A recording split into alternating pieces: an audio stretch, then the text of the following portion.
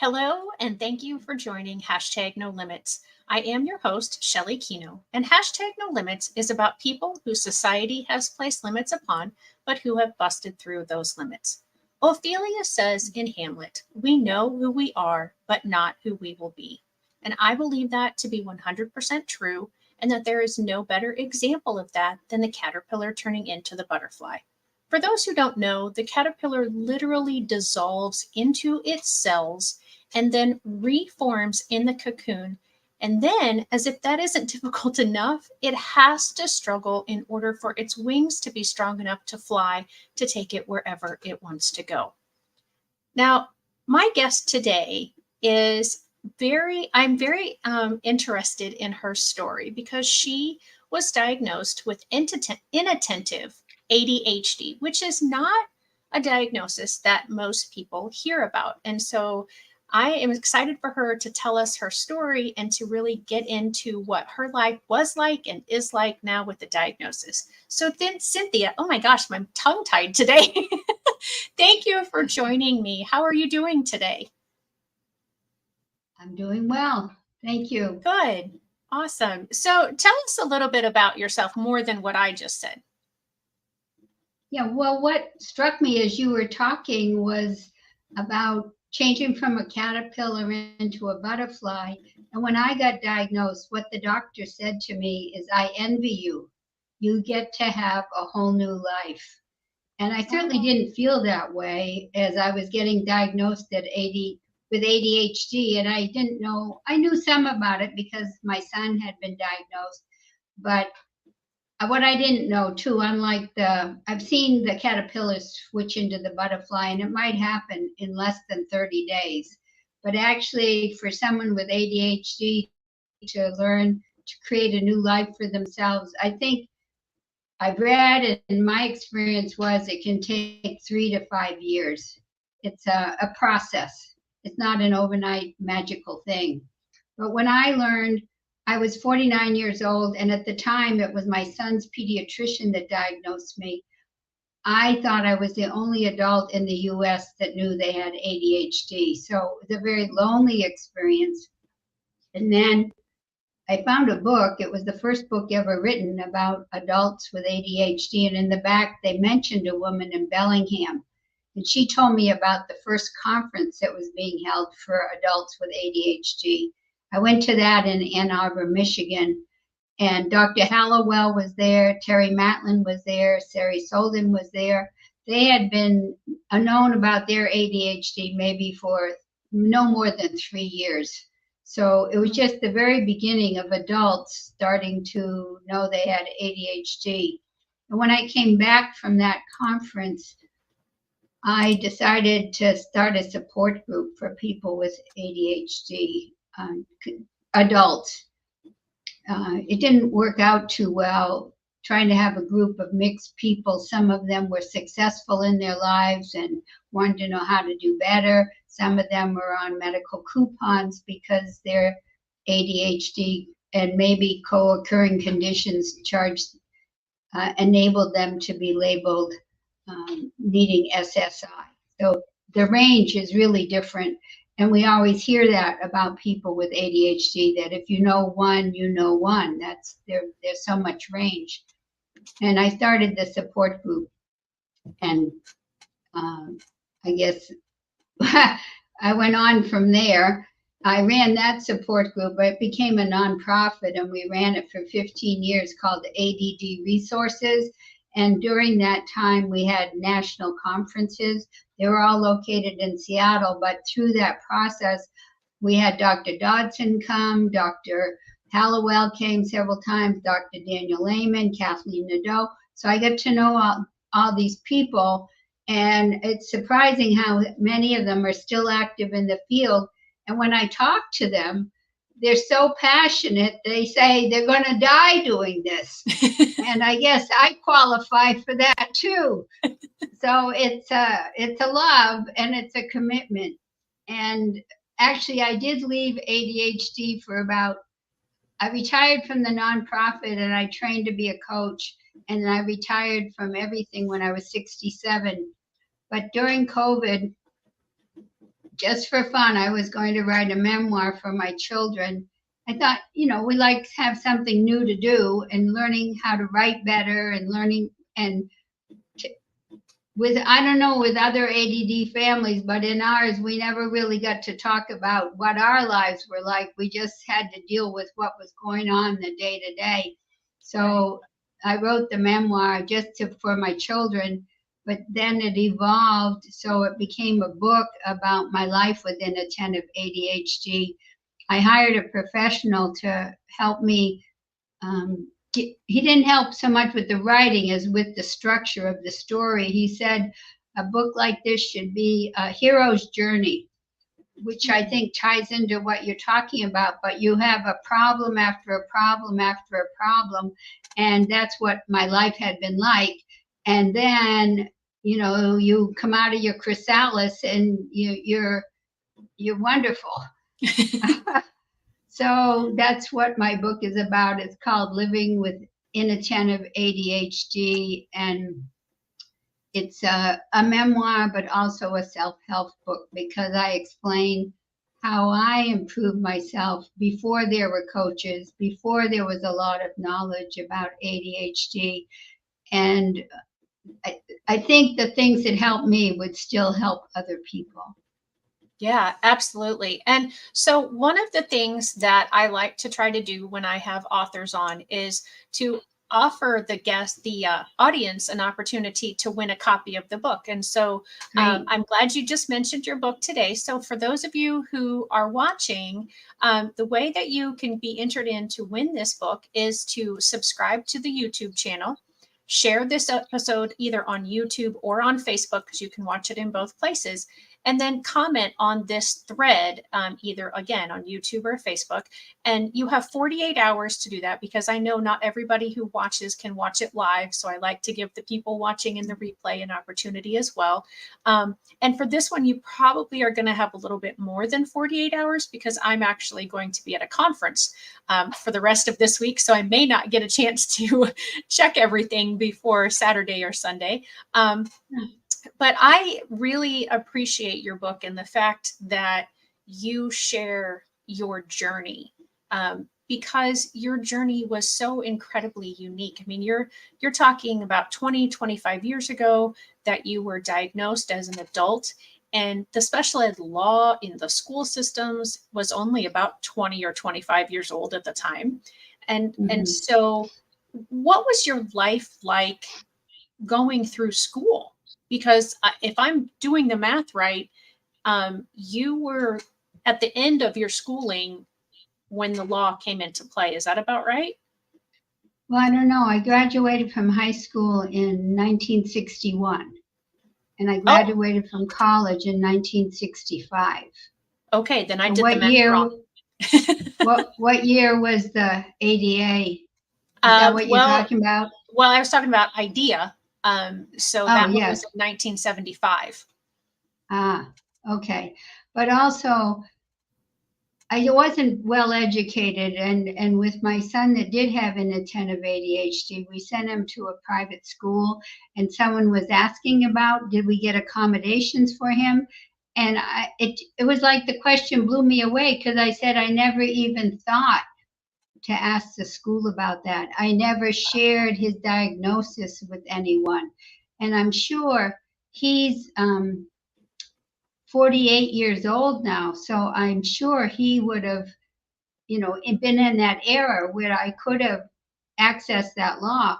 But I hope parents today are better educated than I was at the time, because I wasn't ashamed of it, but I just didn't think there was help available beyond what we were trying to do at home. Right. And sometimes, even though someone has a diagnosis, the people tend to figure things out on their own and figure out the ways that they learn best, and the ways that, so they make their own accommodations, and, they manage it a little bit differently, even without having to get an IEP. And yeah, if he's just turning 40, did you say he was just turning 48, or he just did? Yes. Yeah. Then because I'm a little bit older than that, but the law has been in play most of my life of being in school. So, But again, you know, Well, the other day we interviewed a parent, and her child was diagnosed in the 2nd grade, and he's now in college. And she said when her son got diagnosed, she stopped working full time, and her son became her project. So I don't like to hear that it took so much time, but I think it is helpful for parents not to have a lot of children when they have a child that has ADHD or co-occurring conditions. But she made a special effort to talk with each teacher or write something out for each teacher about how their child performed best in the classroom. And what she found is that teacher communicating with the parent was really helpful, and that maybe just relying on the IEP to do the whole thing is not helps. Parents need to be more involved in that, you know, and Right. and we know so much happens through having relationships and getting to know each other, and not making a combative relationship, but we're working together to help our child. Exactly. And that is exactly what I do as a master IEP coach is I try to help everyone at the table be collaborative with one another so that we can help this child reach their fullest potential. And Yes. So thanks for letting me talk about what I do besides doing this. And yeah, it is unfortunate that many times parents don't reach out to me or school districts don't reach out to me until it's an adversarial relationship with a family. And it is so important I teach teachers about listening to parents because parents are going to do the research. They are going to, you know, they know what the child was like before a teacher came into play, and they'll be with that child after that teacher is gone. And so they know the learning strategies, they know different techniques. And I think it's a two-way street of respect, you know, respect both ways. There was something I wanted to say, and now I forgot what it was, but I'm sorry. No, that's the way it goes. It might come back. It might come back to you. So yeah, I was a special education teacher full-time before I became an IEP coach. And so I always had a great deal of respect for the parents that I worked with. And my book, which normally sits right over my shoulder, but is not there right now for some reason. And that's what my book is about, is the stories of families who are living that life every day. I don't live that life every day. I'm just blessed to be part of it. And so I was very honored to be able to share 9 different stories, you know, of a family like yours that, you know, how you approach things, how you think about things, you know, how you get around and do things in some instances is different than mine, but that doesn't make it wrong or bad or less. It's just different. Well, and I think for my husband and I, with a different child, but we were really struggling. And my husband's a physician and I'm a trained social worker. And so, you know, you get into this mindset as we can do it ourselves. We know what we need to do, but we did call in an outside person and it really helped the situation. So sometimes that outside opinion is what you need to move forward. Yeah, absolutely. So as I said in the beginning, the inattentive ADHD, I feel like there's very little known about that specifically. And I don't even honestly know what the statistics are of people diagnosed with the inattentive ADHD. Would you happen to know those? Yeah, I know that. Well, there are 18 symptoms for ADHD, and that's called the combined type if you have a mixture of all 18. And I've talked to some women who do have all 18. And so starting out, people can have a different number of symptoms of ADHD. But if your primary symptoms are in the inattentive category instead of in the hyperactive impulsive category, then I think you'd consider yourself inattentive. But it's not like your symptoms are only in the inattentive type, because I have risk taking, which is more the hyperactive impulsive. But I think my affect or the way I come across is more the way an inattentive person would come across. If you have met someone who's really high energy, who is physically restless in their body, you would more think that they had the combined type of ADHD. So I interviewed women that had the combined type. For some of them, if I asked one question, they could have talked the whole hour, and they would have finished the interview like that was just a part of their day. But if I had attempted something like that, it would have wiped me out. So there's a difference in the energy level. There's a difference, I think, in the volume of ideas flowing through their mind, because they can, one thing makes them think of another thing and thinks of another thing very quickly and with a lot of volume. I mean, I can think of things, but I think it's more like at the 33 RPM and they're at the 78 RPM. That's the only way I can really characterize it, because the combined type has a lot of the same symptoms: making mistakes, not following instructions, disliking mental effort, easily distracted from tasks, not listening. A lot of the symptoms that they're the same, they have them, but we don't have some of what they have. And so when I asked someone in the field, I said, which is worse, inattentive or combined type? They said combined type because they had more symptoms. But I think inattentive type is almost as harmful because it's been going undiagnosed. When people say, oh, my image of ADHD was the hyperactive little white boy. I mean, now it's the hyperactive little boy, because we hear that black boys are sometimes, there's a fear they're getting overdiagnosed. I can't talk to that. But that image, I think, is actually who does get diagnosed. And it's harmful. For me, yesterday, I just was starting to get angry. When I got diagnosed, it was called ADHD if you didn't have the physical hyperactivity. So there were two names for it: ADHD for those of us that didn't have the physical hyperactivity, and the ADHD with the H in it for the people that had the physical hyperactivity. But then they decided, oh, those people without the physical hyperactivity, oh, they have hyperactive brains, so let's call everyone ADHD. So those of us that don't have physical hyperactivity, we're still called ADHD. And I think it feeds into the myth that you need that physical hyperactivity. I mean, who goes around thinking you have a hyperactivity brain? You say you have a hyperactivity body. I just think it's leading, even though we hope more people are getting diagnosed with the inattentive type. I think just that name still perpetuates the belief that it's the people with physical hyperactivity. And the thing I found diagnosing women that had the combined type, so they would have that physical hyperactivity, they also did not get diagnosed because of cultural expectations that girls aren't physically hyperactive. And so they would suppress their physical hyperactivity. One girl said, I learned to get up to do chores in the room, or to sharpen my pencil, to go out to the bathroom, to wiggle my foot quietly under my desk.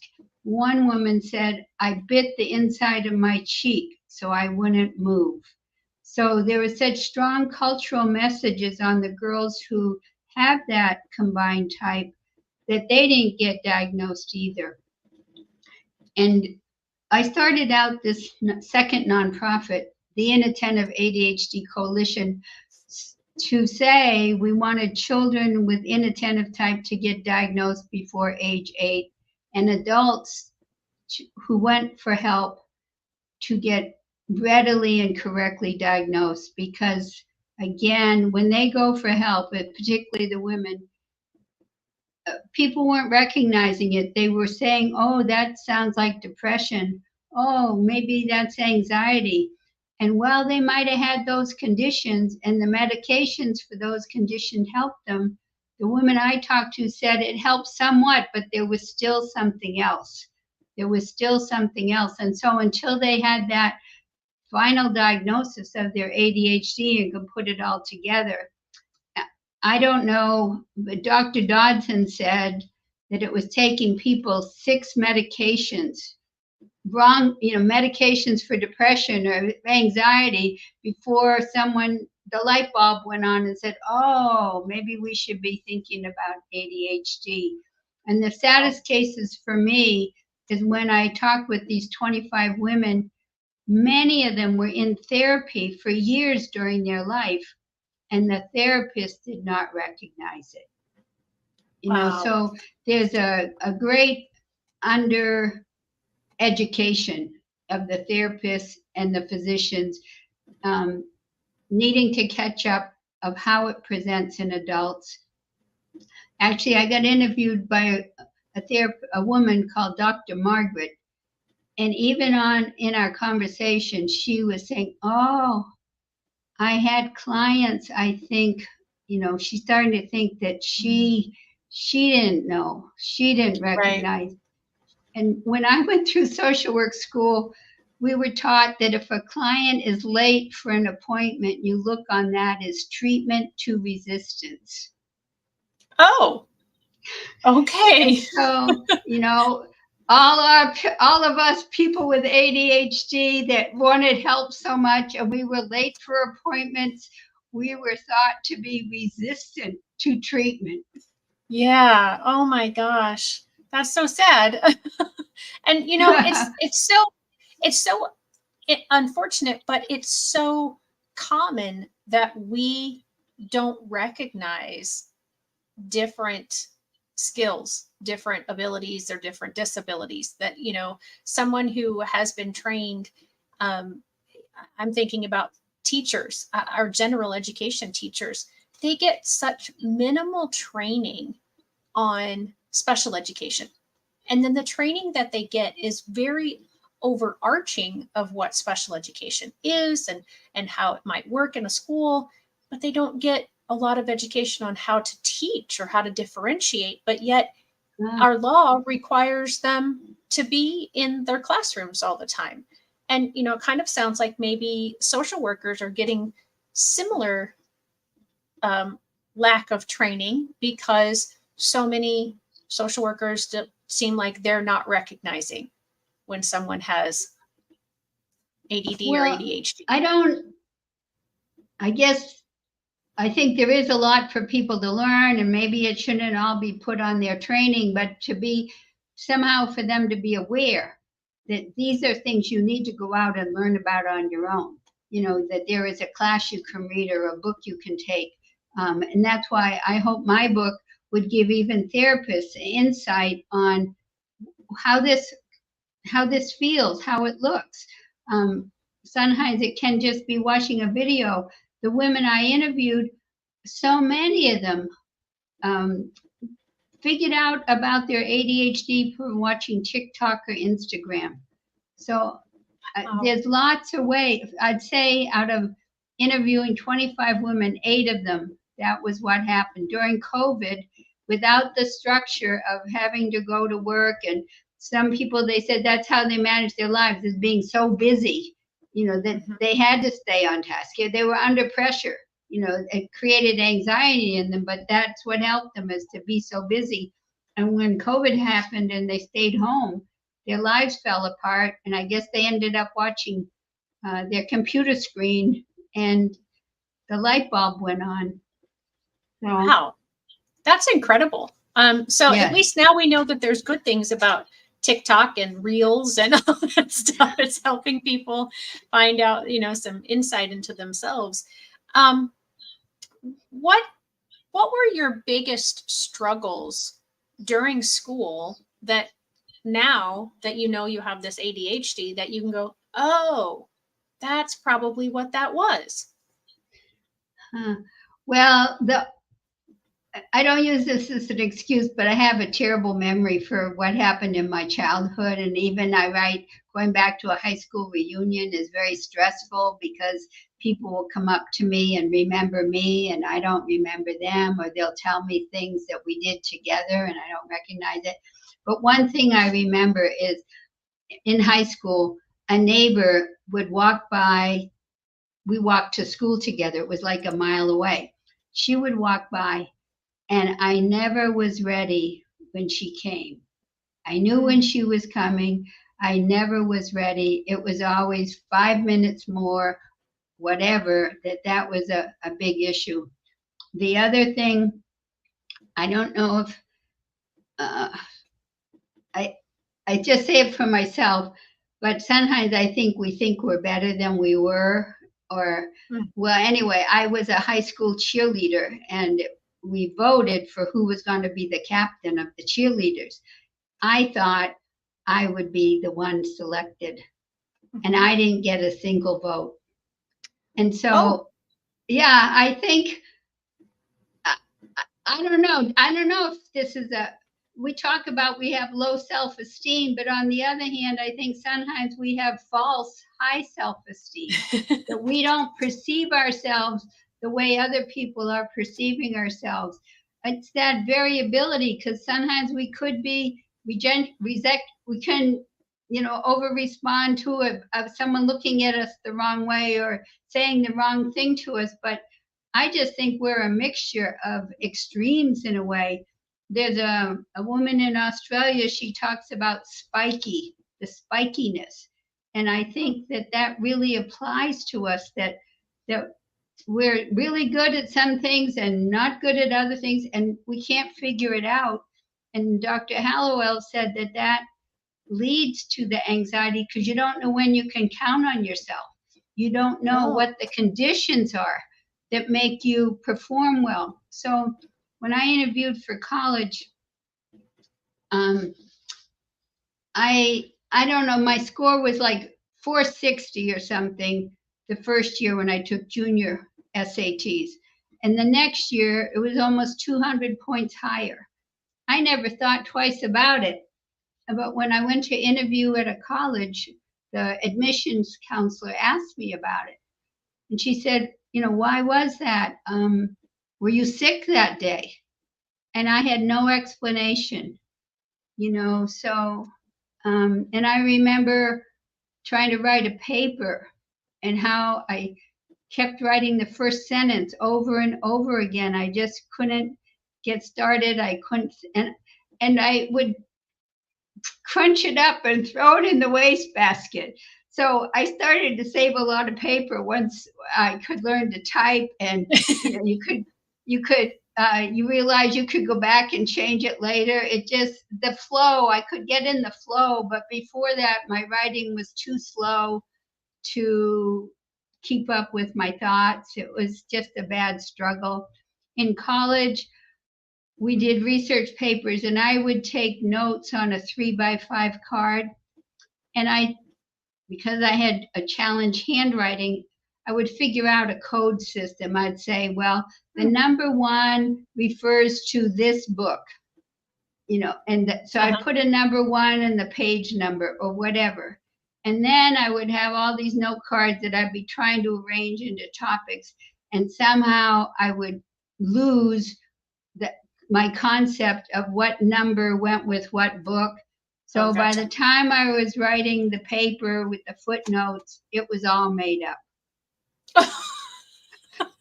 I wasn't sure I was accurate on anything because my system, I forgot what it was.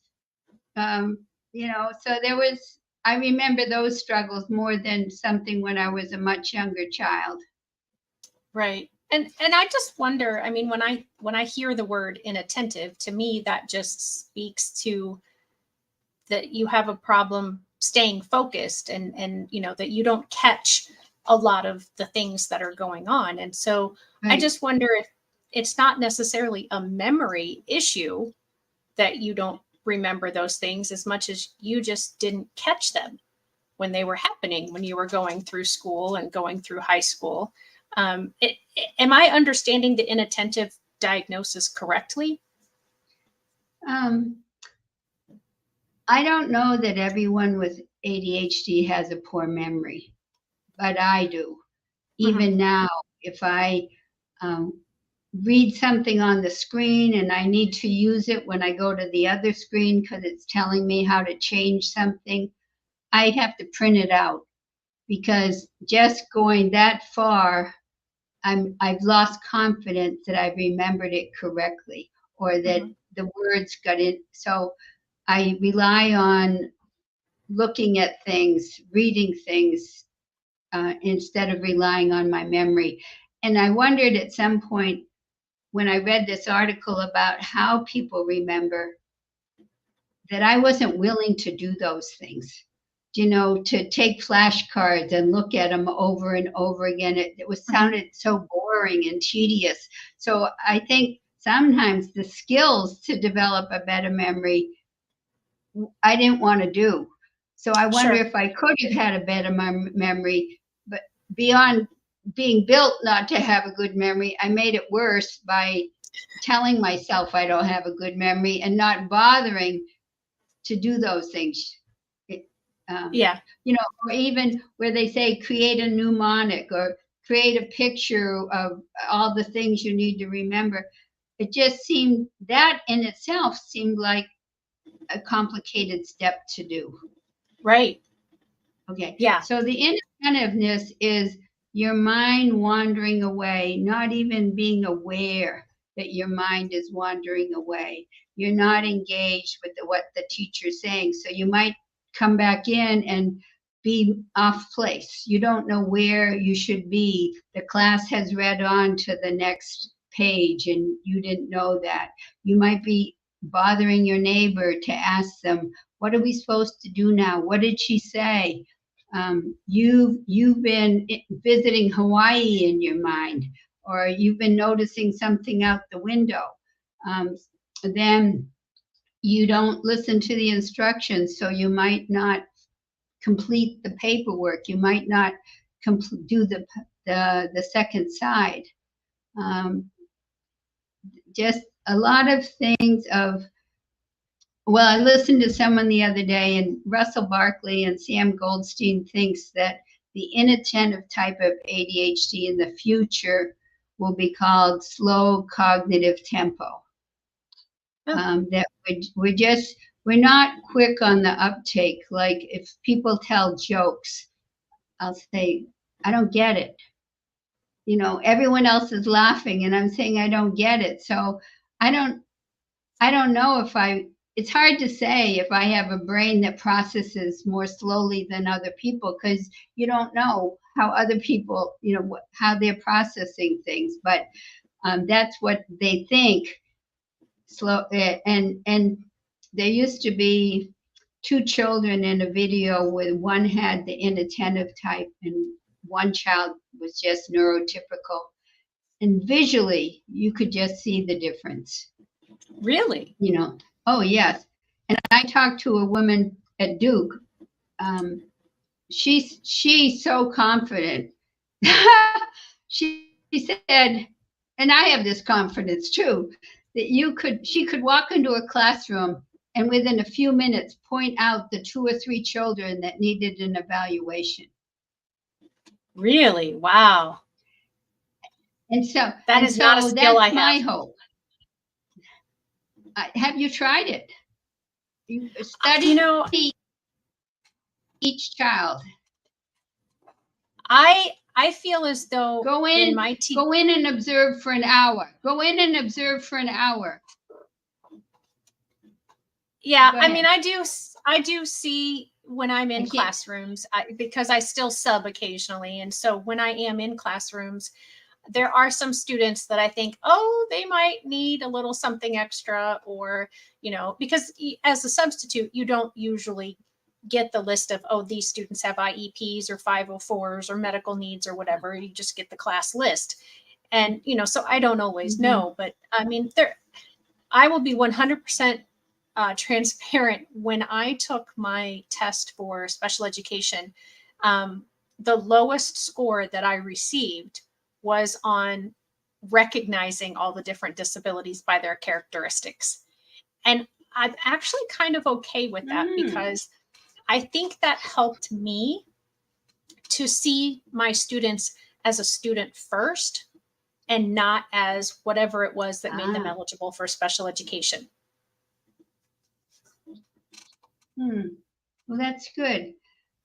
Well, this is off topic, but that's all right.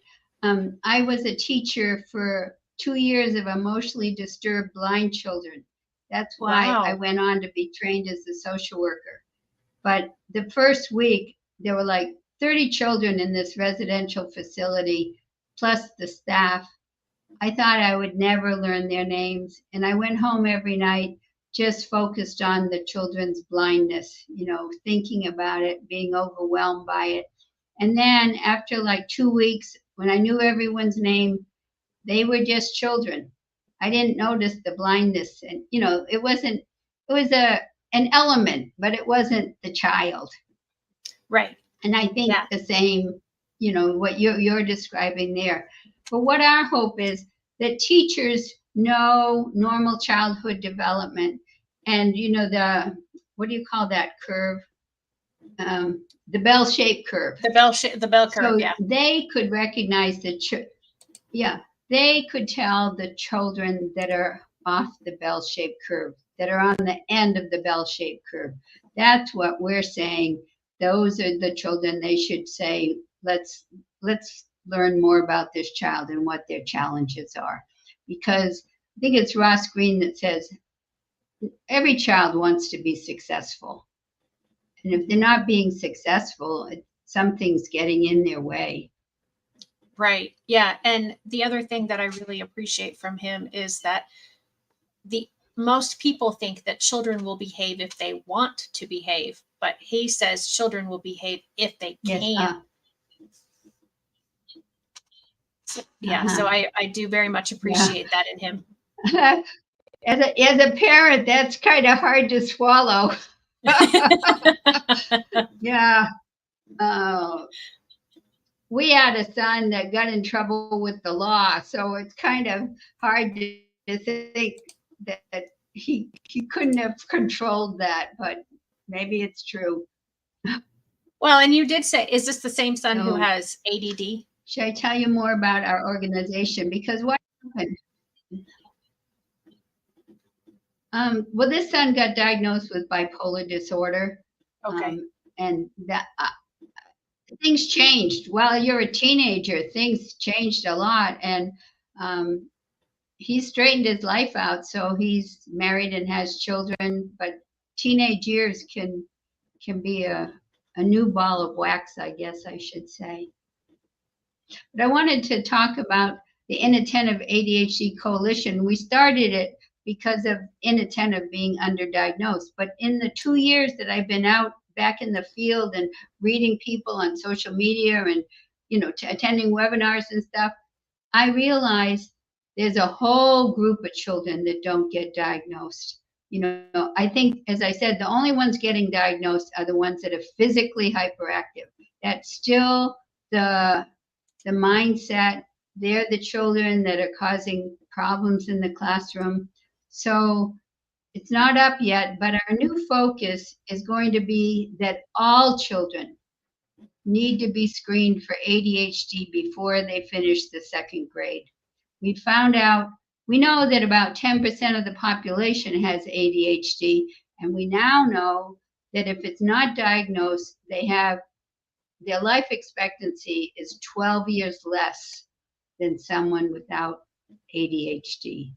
12 years. Wow. Because of suicides, because of accidents, because of poor health. We don't take care of ourselves. If we're diabetic, we can't follow a diet. If we don't know how to regulate ourselves, we're more at risk for early death. And now, the other day, they came out with research from Israel that people with ADHD that are untreated, don't take medication, they have almost a 3-fold risk of developing dementia. If they take medication, there is no difference. But I haven't read the article except, the abstract. So I don't know what kind of medicine, how often you had to be taking the medicine, but it's leading them to think that some of the medications for ADHD could help people who have dementia. Well, anyway, I haven't taken medicine for years, but the other day I emailed my doctor to ask him if I could go back on something because of this research. If it's going to help me to not become more demented than I already am, I want that help. Absolutely. That's incredible information and something that I have not heard about. Yes, go look it up. Early death. And a website I would recommend to people for valid, credible information, when screened or evaluated by people all over the world, is ADHDevidence.org. And a lot of it's amazing in the studies like Israel and Sweden and Denmark, they have national health registries. So when they do research, they can draw on 100,000 people to say, we've looked at, their life and they have this diagnosis and they whatever. It's very, very clear. But the other thing our organization is stressing is that when a child is diagnosed with ADHD, screening should be recommended to the parents, because we now know that there's a 50% likelihood that one or both parents of a child with ADD also has ADHD. And when I look back on my parenting before I knew about my ADHD, and even afterwards, because I was so focused on myself, and I didn't, well, anyway, that's going off a different track. We had gone to see a therapist because we were having struggles with our children, 2 children, and he recommended behavior modification. So I created a beautiful program, points for this and no points for that, treats. So I was doing the program with my 2 children. It was going really well. And one morning I woke up and forgot about it. And so when I went back to the therapist, he said, well, how's the behavior modification going? I had no idea what he was talking about. I said, oh, it was going well. I don't know why I stopped. So these are the kind of challenges a parent can have if they have their undiagnosed ADHD. Plus, I think the emotional regulation, it's harder to keep yourself calm. It's harder to not blurt out something that maybe you shouldn't say. It's so a lot of there's a need for children with ADHD to have parents that know about their ADHD. And so those 2 things, we want all children to be screened so we can find it early, and we want parents to get screened when their child has ADHD. Yeah, that's incredible. And so one of the things I know that your research you talked about earlier is you talked to 25 different women. I don't do research. Yes. Oh, okay. So you were talking to 25 different women. What is there a difference? What am I trying to say? Are women or girls underdiagnosed? And based on what I'm seeing on your website, I think I know the answer to this. Oh, yes, they are. What happens now is over the years, it started out like 3 to 9 times more boys were diagnosed for every girl. And the boys were getting diagnosed by age 7. The girls were getting diagnosed maybe when they were 12 years old. Already, a lot of damage has happened to their self-esteem. But they were saying it was like, and then it got down to 3 to 1, 3 boys to 1 girl. Well, now with the adults and all these women figuring out they have inattentive ADHD from watching TikTok or, whatever they learn, the ratio in adults is 1 to 1. So we don't Okay. know what the ratio is in children, but we know historically there's been a bias towards diagnosing the boys.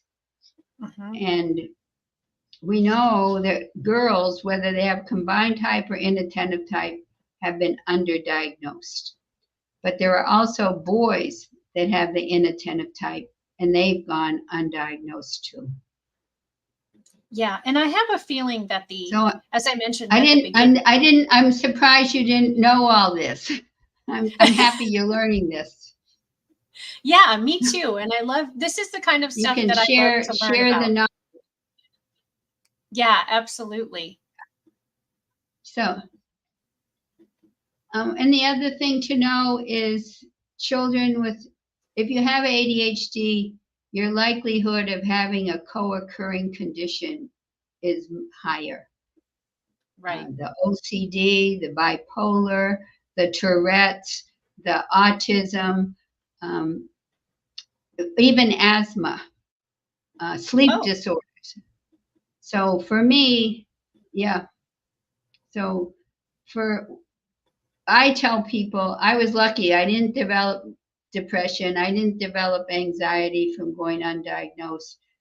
And so I think my story is helpful in the sense because if those things exist, people often jump to say, oh, that's the reason. Oh, that's the reason. Oh, you had a impoverished childhood, or you were raised by a single parent, or, you know, all these other reasons they could give it. But I had a what do you call, I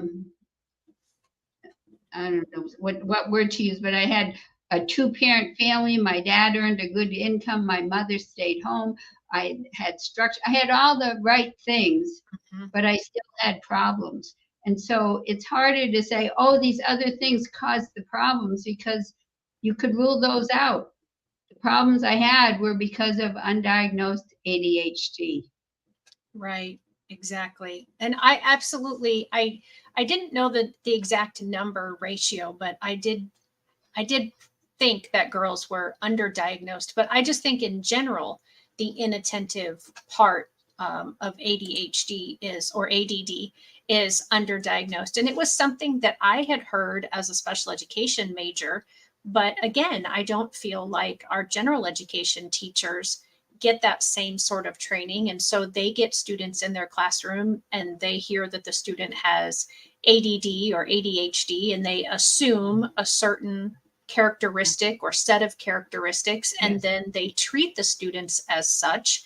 And that's not necessarily what the student needs or it is appropriate.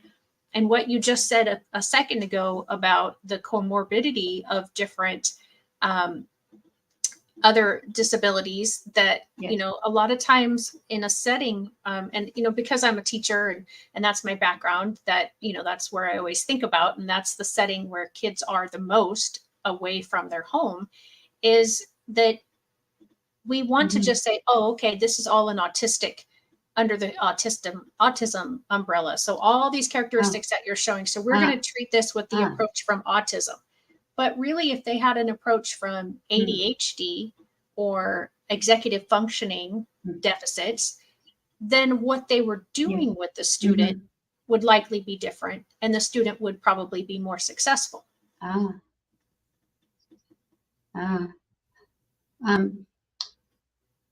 No. So, Doc, the common thing is said is the boys get diagnosed more often, or the hyperactive impulsive combined type gets diagnosed because they're disruptive in the classroom. Now, Right. I hate to hear that because what I like to believe and why we work to educate is if you don't know what to look for, you don't see it. And I think inattentive type can be seen if teachers are educated about what to look for. When we interviewed the women, we always, or even adults who got diagnosed late in life, we asked them, could someone have recognized it earlier? And about 100% of them say yes. And this is what I was doing, that they could have recognized me if they knew what to look for. And the other thing that I heard from Dr. Orrin Mason is that teachers, they're overwhelmed when the school year starts, and they're trying to kind of figure out which children are going to be the problem children. But the child with inattentive is not a problem. And later on, the teacher has moved on. She's no longer trying to notice who should I be referring for help. So he gave that proviso too, that maybe they should check back in a few months later to see, do we have children in this classroom who have variable performance, who don't seem to be paying attention, who seem bright but are not living up to what we think their potential is. So have new ways of looking at the children and finding them. Yeah, absolutely. And I do like what you said about testing every child, although I can hear school districts and parents and, just saying there's no way we can do all of that. Well, what I'm really become a fan of Chat GPT and IA. So my vision is that medical offices can see which children in their practice are 7 years old. They will automatically send a screening tool out to the parents. The screening tool comes back and IA evaluates it and says they alert the physician to the ones that are to the score indicates maybe there's a problem. And then the parent is the one to ask the teacher, if the ones that get screened that, this might be high risk, then the parents ask the teacher to fill out the screen for that child. So there aren't that many children. It will be the reduced number. Right. Okay. That makes, yeah. And I can AI see that is involved in the whole process. Yeah. So the parent is asking the teacher to fill it out, and only after the parent has been told there's a concern, your child might have something we need to evaluate for. Oh, okay. Yeah. Yeah, that would definitely. And meanwhile, if the teachers are learning more about how these conditions present. And the other thing that happens, and this is happening more in the UK and the Australia, I think, is the neurodiversity movement and the focus on creating inclusive classrooms and inclusive workplaces. So getting away from the concept is only one way that's acceptable to show us your knowledge. Right. Or what someone was saying,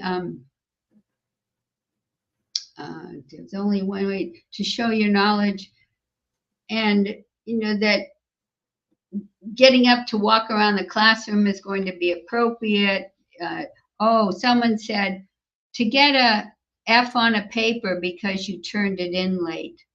I hate that. Some of those things to just open people's minds up as to how they can offer variety so that different ways of learning can be accommodated. It might not just be through the IEP, because you're going to have children in the classroom who haven't been diagnosed.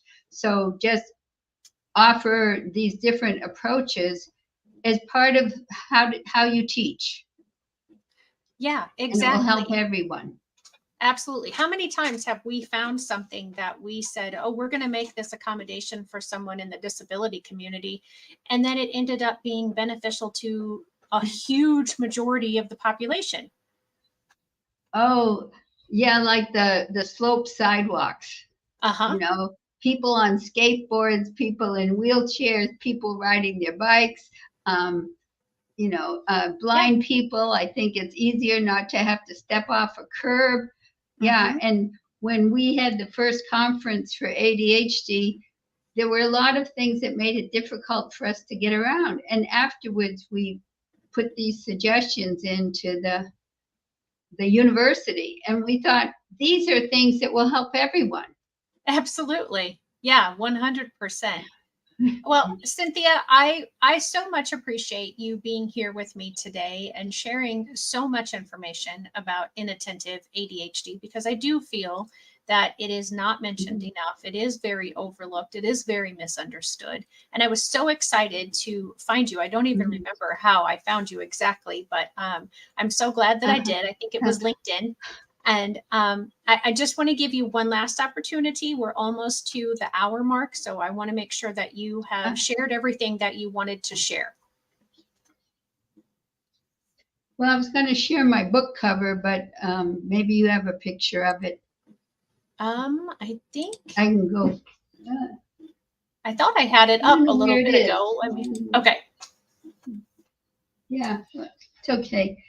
I don't know where. I have a box of books, but it's hiding. Well, anyway, it's available.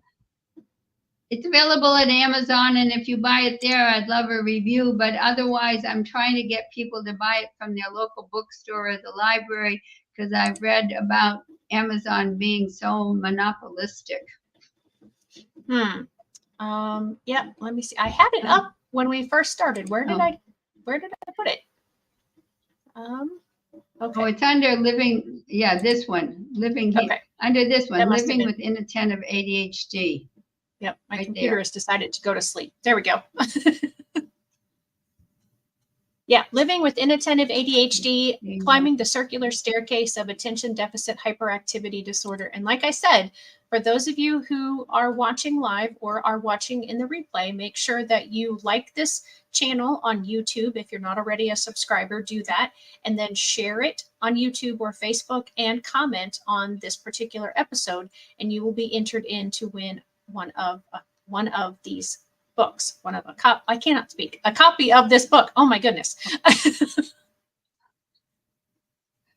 So the one thing I wanted to say is, even if you don't have the inattentive type of ADHD, what my book does is if family members read it, because even when my sister read it, she said, I never realized this about what your issue, and she had grandchildren with it. So I think if you have trouble explaining your condition to your family, this book might help with that.